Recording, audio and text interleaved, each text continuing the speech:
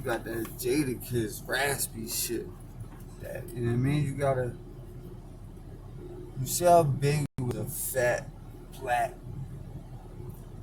ugly mother with a lazy eye. Extremely talented though. In which way? Lyrically is like So he juice. worked hard at something. What? He worked hard at something. I don't think he had to really work hard for that. Was it just talent? He didn't even have to write. Like it just came out of his first of all, mind. before he got a deal, his first album was all written. But anyway, Oh really? He didn't write his own album? see, when they say they don't write, they're in the studio all day long with the fucking as many engineers as they need. And soon as they say, I'm ready, everybody's ready to record them. And then all he got to do is go in there and be like, all right, say, I haven't listened to this crazy beat. And now I go in there and I've been listening to it for the past hour. I smoked the L to it, rolled up, all that to it. And then when I'm done smoking out of nowhere, I'm like, yo, engineer, DJ Rob, throw that beat on. Throw it on. Bang, because I've been thinking of these fucking bars for the last hour while the beat been playing. The beat's just been non-stop playing. And I'm not disrespecting Big. This is to everybody that says that they don't write. I never heard Big really come out and just say, like, yo, I don't write. Like, he wasn't that dude. A lot of dudes do that shit. And it's just like, alright, yeah, but what you're doing ain't freestyling. Yeah. It's not, it's more like reference songs. Whoa. I'm not saying that's not talent. I'm not saying that at all. But what I'm saying is that sometimes it's harder to write. Yeah. For you to be able to just me to go in there and have them engineers that can piece things together like that. And I'm not talking we're not talking about no, extra engineers or nothing. These are the same engineers that everybody else has. But when you have that spark, I remember one time, shout out to everybody that was in DC with me, Department of Corrections. What was that? 2016? 2016, 15 maybe. But anyway, I mean, we was in DC and they sent me to G dorm first night, and I swear, music took us out of there that night, because my vibe came onto that, and I'm not just saying, my vibe came to, nah, but it just is what it is. That night, as soon as I came to the block, I seen somebody that I knew, and from out Kansas, we used to hustle together, and he used to just beatbox, just some regular, he was alright with the beatbox, and not no Dougie Fresh, he would just be like something like something like whatever.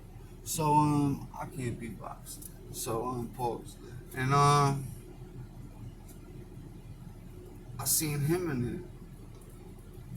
And he was the only dude I knew that was in that section of the dorms, because the way they got the dorms are, they're you go in there and there's a down and there's a down tier and an upper tier, and there's one cage right here with about 32 in there, cage right here, and then like they're all connected together. So like if you want to pay something to somebody over there, you could get it over there, but it would have to go through people from the other side. You can get burnt that way. It is what it is. You can see that person again eventually, but you can get burnt that way. But what I was saying is, as far as that, I came in that night and our little section of 32 was like, yo, my man was like, yo, he raps and shit, white boy, he nice. They're like, yeah, alright, we'll spit something tonight. Nobody was beat. Everybody was watching a movie. Everybody's locked the fuck up. Nobody didn't give a fuck that I was there. Shouldn't be cursing this much. YouTube starting to cut back on people that's cursing. They're not suggesting their videos. And they had the F word and all that in there. But anyway, so that night comes, and at the time, I was done rapping. I just started producing.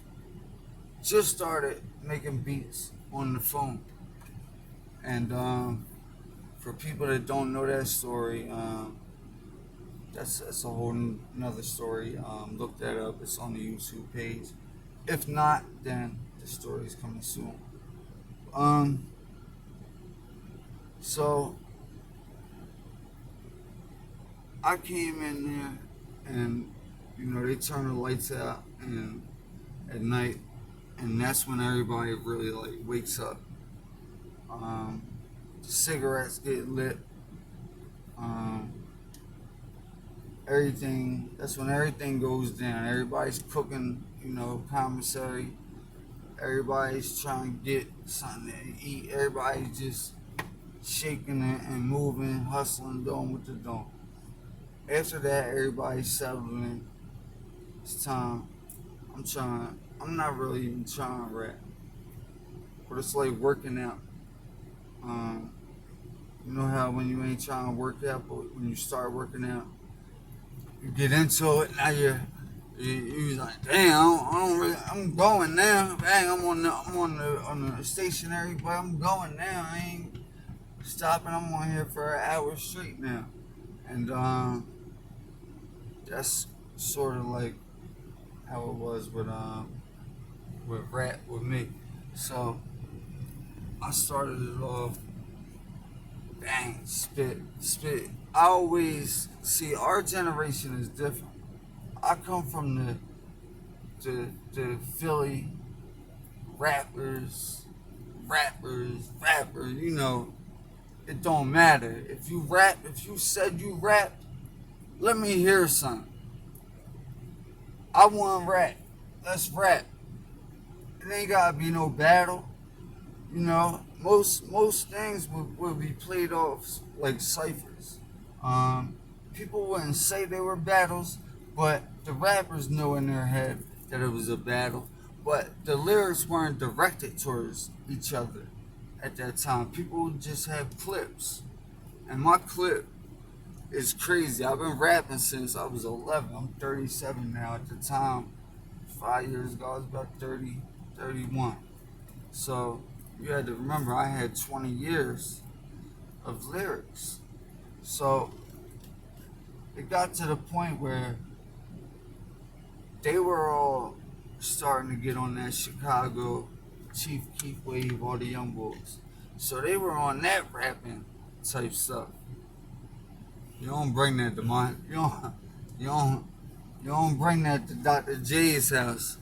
You don't bring that to Julius Irvin's house. They invent their own words. I don't even know. I'm just saying these were Philly rappers. We're in jail. You understand? Like they're young boys though.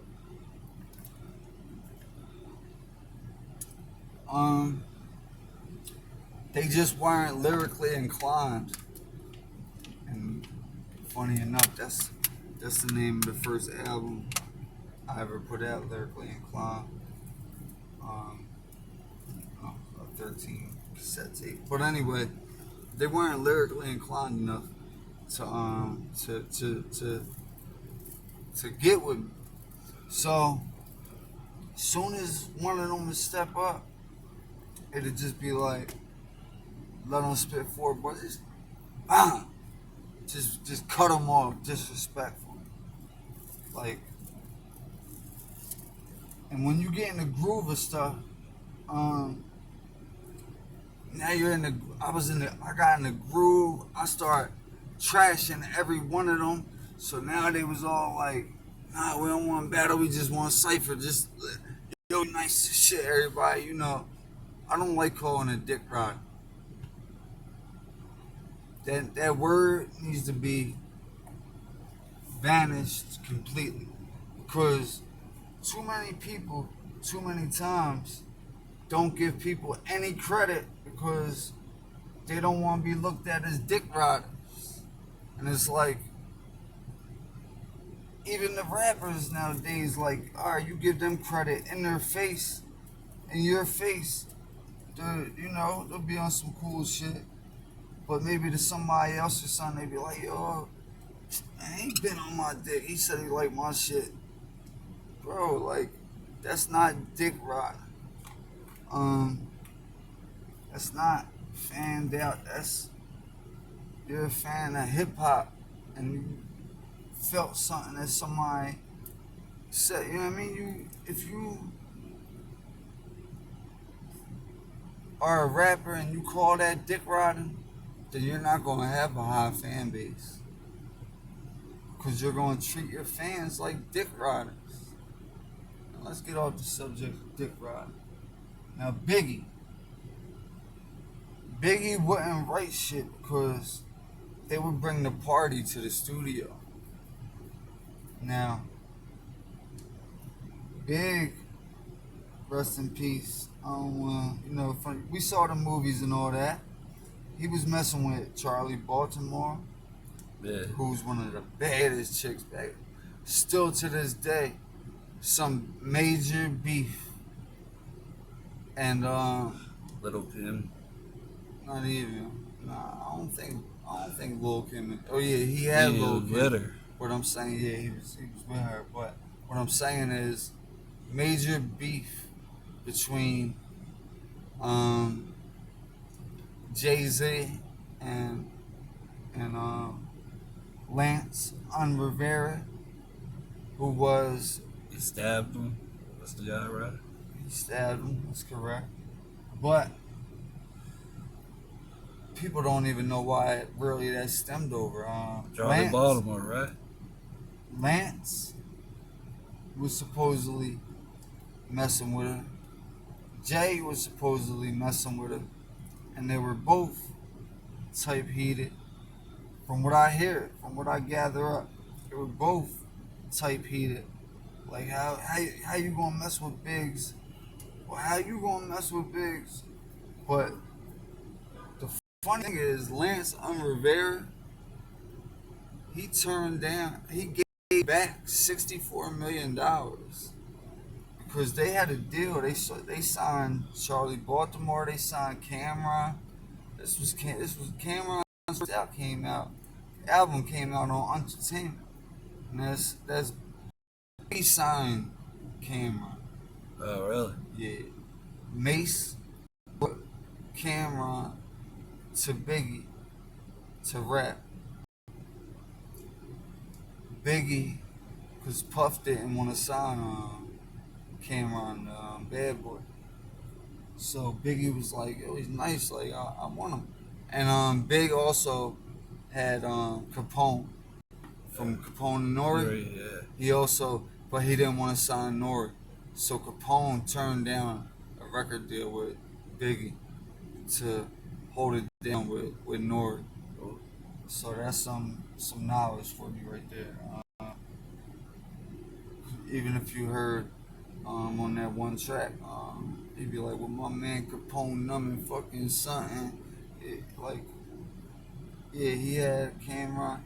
But what happened with Cameron was before any paperwork got established, Biggie died. Yeah. So With the Rockefeller. huh? Cameron went to Rockefeller. No. Cameron went and looked for Lance Rivera, who was Biggie's business partner, and they had Undia's Entertainment Undiaz was a label that Junior came out on. You know that song "Get Money." What you saying? Get money. That song came out on. You know, a lot of hits came out on. Well, anyway, yeah. So that's one. So Big got chicks, bad chicks. You know, when you're in your room writing raps or something, or just by yourself writing raps, all right, you can get into a zone. But when you're with a bunch of bad chicks and like, you know, you got money, you got weed, you got, and you're that dude, and everybody's there, you Puffy knew exactly what to do. Puffy knew exactly what to do, and that's what a lot of times these these people that run these labels, they don't realize. Just keep the artist happy. That's it. Lil Wayne, they said that's all he wanted was they said he likes, what was it, Starburst and some type of soda and his vices, his little, you know, weed, his Adderall, his, I don't know what else. You know, he got caught with heroin on the plane. President Trump pardoned him for that. I don't know why he had heroin, but I mean, I don't think he had an ounce of heroin. You know, an ounce. So you like to drink that lean. Yeah, but I know from experience, you know, I was a big time perk head. I was I was 11 years old. I think the first time I popped a Zanny, and I didn't even know like what it was. You know, crazy shit. But you know, old heads, you know, are just I don't. I was taller, so I would fit in. I'd tell them like, yo, I'm 15. You know? So they would give me shit. So I'll just try to fit in with the old heads, and before you know it, I'm zannied up on 20 shit. Bang, sleep. I probably seen 45 buses go by. But 11 years old type stuff. Or somehow got home and just slept it off. And that's where I come from. So Big comes from a whole different place. Big comes from an environment where he was had his mom was a school teacher. Yeah, He was a real good straight. kid. He was a kid. He was a good boy. He didn't leave the stoop till he was like That's what I'm 13. saying. That's what I'm saying. I was doing my first 9 to 12 month bid when I was 15 in St. Gabe's. You understand? Like, you know, when you're that young and you're with your mom and dad or whoever, I was with my mom, and the judge said take him, and she's like, huh, like what, you know, like where's he going? You know, where can I get him at? Like, nah, there ain't no getting him. He's gone. He gave me these dirty yarns. It's a rat, and I had to take all that, so I couldn't be at home. I wasn't enabled the stuff that Christopher Wallace. I ain't gonna call it, he wasn't Biggie at that time. That Christopher Wallace was giving, you know, graduating high school. They all went to high school together. I never went to high school. I went to ninth grade, a little bit of Southern, South Philly High. Um, and all I would do was go to every lunch period and battle And rap, I would go there. They called me the White Fab. It's funny I got a jersey on today, because back then, um, jerseys were really in style. Yeah, And throwbacks. yeah, I didn't even have throwbacks. I just had authentics. Um, Like 2004, yeah, I 2005. had my favorite joint was my Tracy McGrady Orlando Magic.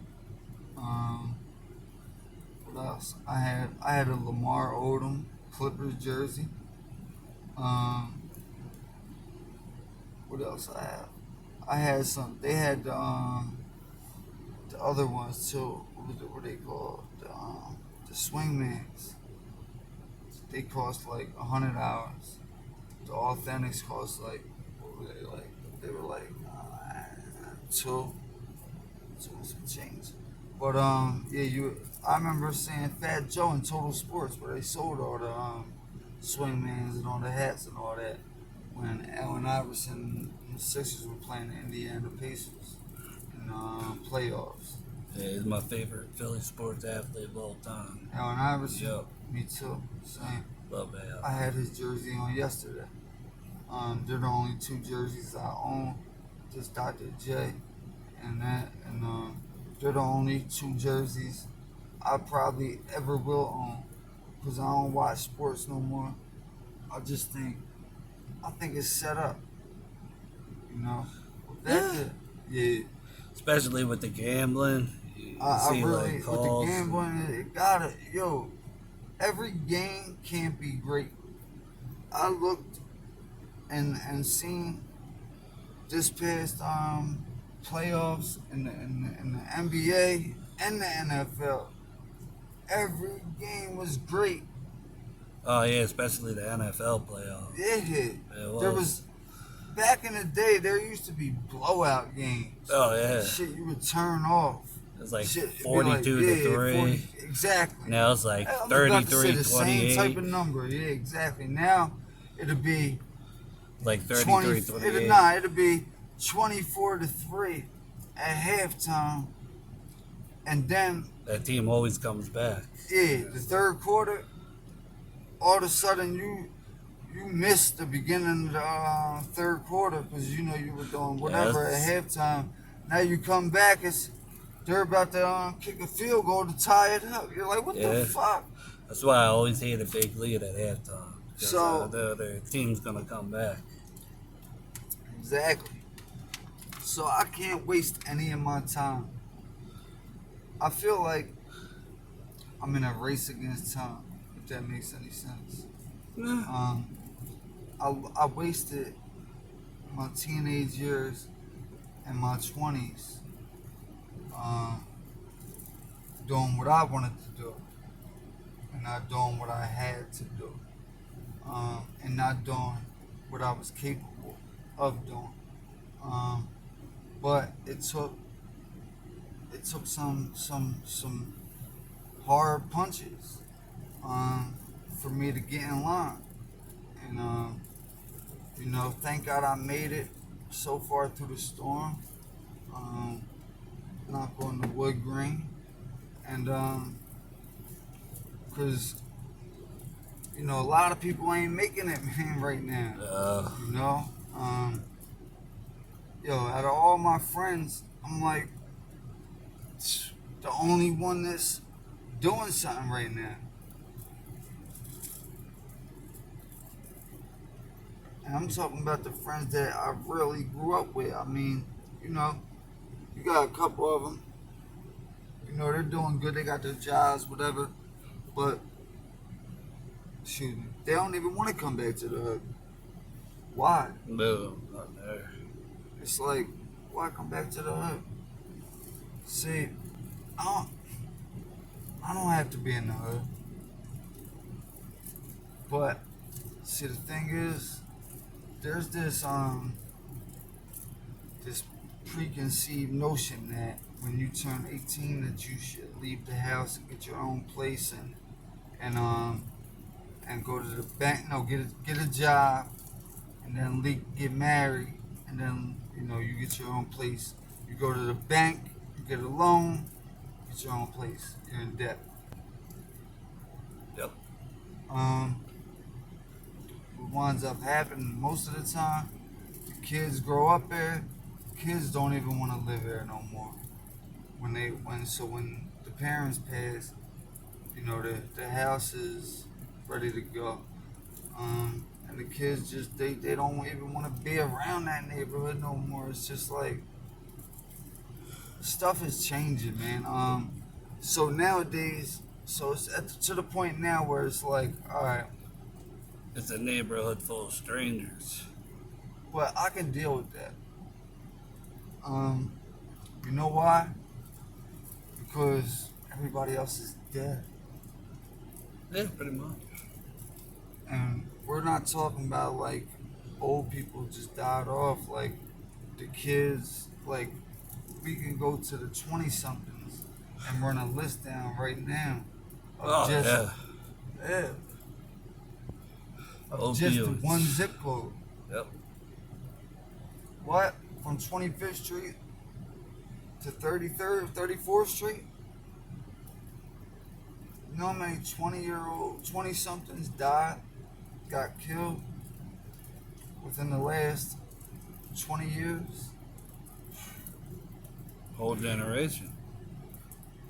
So that's why I really want to do a documentary.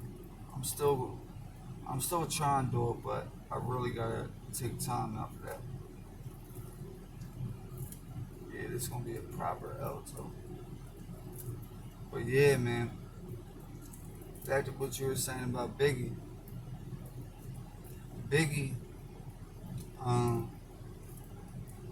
alright, he could rap. There's a lot of people that could rap. So this goes back to your question, what do I need to make it? First of all, one thing's for sure, two things for certain. I'm not trying to get on the radio for the simple fact that I'm 37 years old. I know that I'm not going to be marketed to the biggest market, which is that whole Suburban white kids. that whole 15 to 34 crap. I mean, yeah, I'm on that line, but like, all right, I'm not going to start the career at the end, and I mean, so this is the way I plan.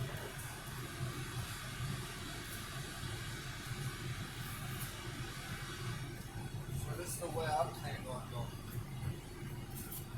I planned on doing it like something different. I'm not worried about selling 1,000,000 records. Not worried about that. I'm not worried about going platinum and all, just which is selling 1,000,000 records. But I'm not worried about none of the fame, notoriety. I'm cool with putting out an album every year and selling 10,000 copies.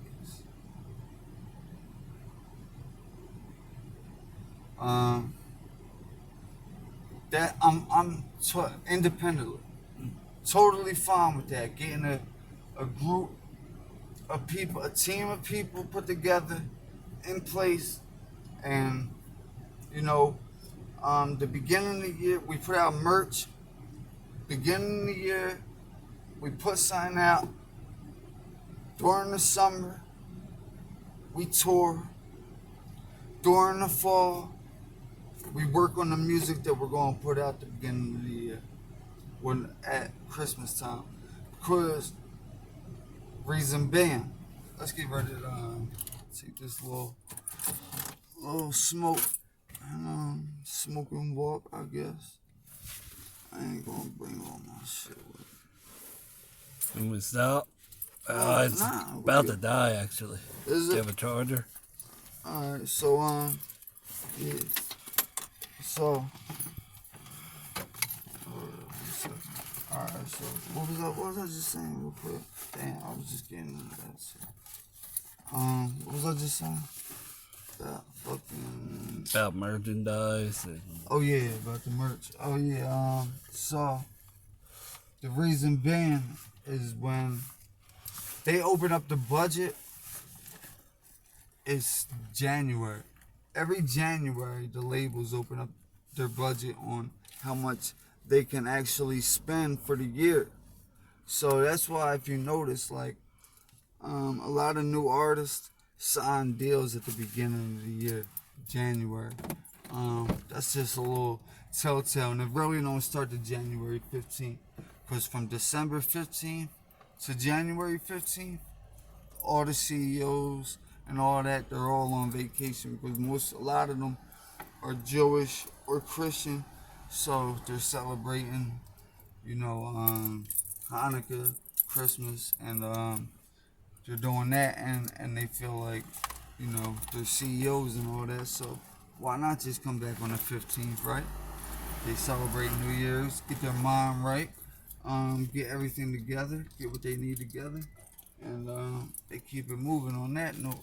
So then they come back with a whole new budget open. Now they can really move the way they want to move. You can't move, but without money, you can't move. Like my budget right now, I have a budget that I have to work with. Like there is no getting around it. I can't say like, I'm gonna skip this this month. Nah, like I gotta pay these bills. If these bills don't get paid, then something's gonna get shut down, or something gotta get taken away. I gotta figure out what needs to be taken away.